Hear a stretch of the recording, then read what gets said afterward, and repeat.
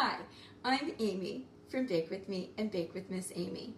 Fall is almost here, which means apple season, which means baking with apples, which means apple pie, apple cobbler, caramel apple upside down cake, or apple walnut cinnamon cookies. Oh my gosh, so many baking projects with apples.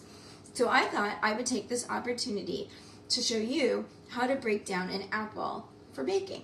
Come with me and I'll show you what to do. Come on in, come on in. So you'll need some equipment. First you'll need a very sharp knife, a cutting board, a peeler, a container to put your processed apples, some place to put your compost, your peels and your core. A bench scraper would be very nice, and of course your apple. And this is going to work with any type of apple, whatever apple you're using for your baking project. And this is what we're going to do.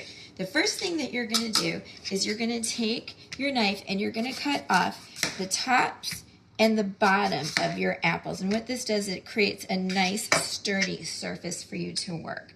And then what you'll do is you'll take your sharp peeler and you're going to start at the top and you're going to peel top to bottom, top to bottom, top to bottom, all the way around your apple. You don't want to watch me for an hour peeling this apple, so I've already done that here. I've peeled this whole apple. This is what a finished apple peeled looks like. And then you'll take your knife and you're going to cut off the belly of the apple. Then you'll turn it around, you'll cut off the next side, the belly of the apple, avoiding the core and the seeds inside. Cut off this part of the belly, and then of course the last part. And then you can compost the inside, of course. Now let's put these aside. We'll do those later. And now we'll work on this. Take the flattest part, put that down, and this is very sturdy and very safe. And now we're going to do what Chef Anne Burrell always said: slices, sticks, and dices. We're going to take our knife and we're going to create lovely little even consistent slices. Remember, you want consistent even knife cuts, because what that does is it leads to even baking every single time. And what we're going to do is, if you are baking apple pie, this is where you stop. You want these slices for apple pie. Stop here, process the rest, and there you go. But if you're doing cobbler, what you'll do is you'll take these slices, cut them in half, and then you're good for chunks.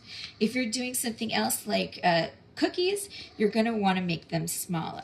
So you're going to take these slices, you're going to stack them, and now you're going to slice them even further. You're going to create what we call sticks, or in the fancy chef world, they call these julienne. And we're going to stack those planks, and we're going to cut them into the sticks. Let me do that again. I've stacked the planks and I've cut them into the sticks. So now we did our slices, now we have our sticks. And now we want to take these sticks, or the julienne, and then we want to gather them together. We gather them together, we put them, and now we're going to cut them across, and we have what we call the dice. If you cut them smaller, it's called a brunoise. This is great for cookies if you're making little cookies with apples in them.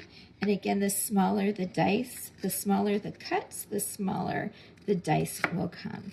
And so if you cut them really small, it's called a brunoise, and you'll get smaller dice. And then what you do is, after you've cut them all, you're going to use your bench scraper, and you will gather them all up with the bench scraper. And then you will put your dice or your brunoise, and you will add them to your cup. And then when your recipe calls for a certain amount of grams of diced apple, then you measure this part right here. And there you go. You've got how to process an apple. And you're ready to bake with apples. So, let me know what kind of recipes you're going to make with your apples now that you know how to process them. I can't wait to hear from you. And you know what I always say, everyone? Bake happy.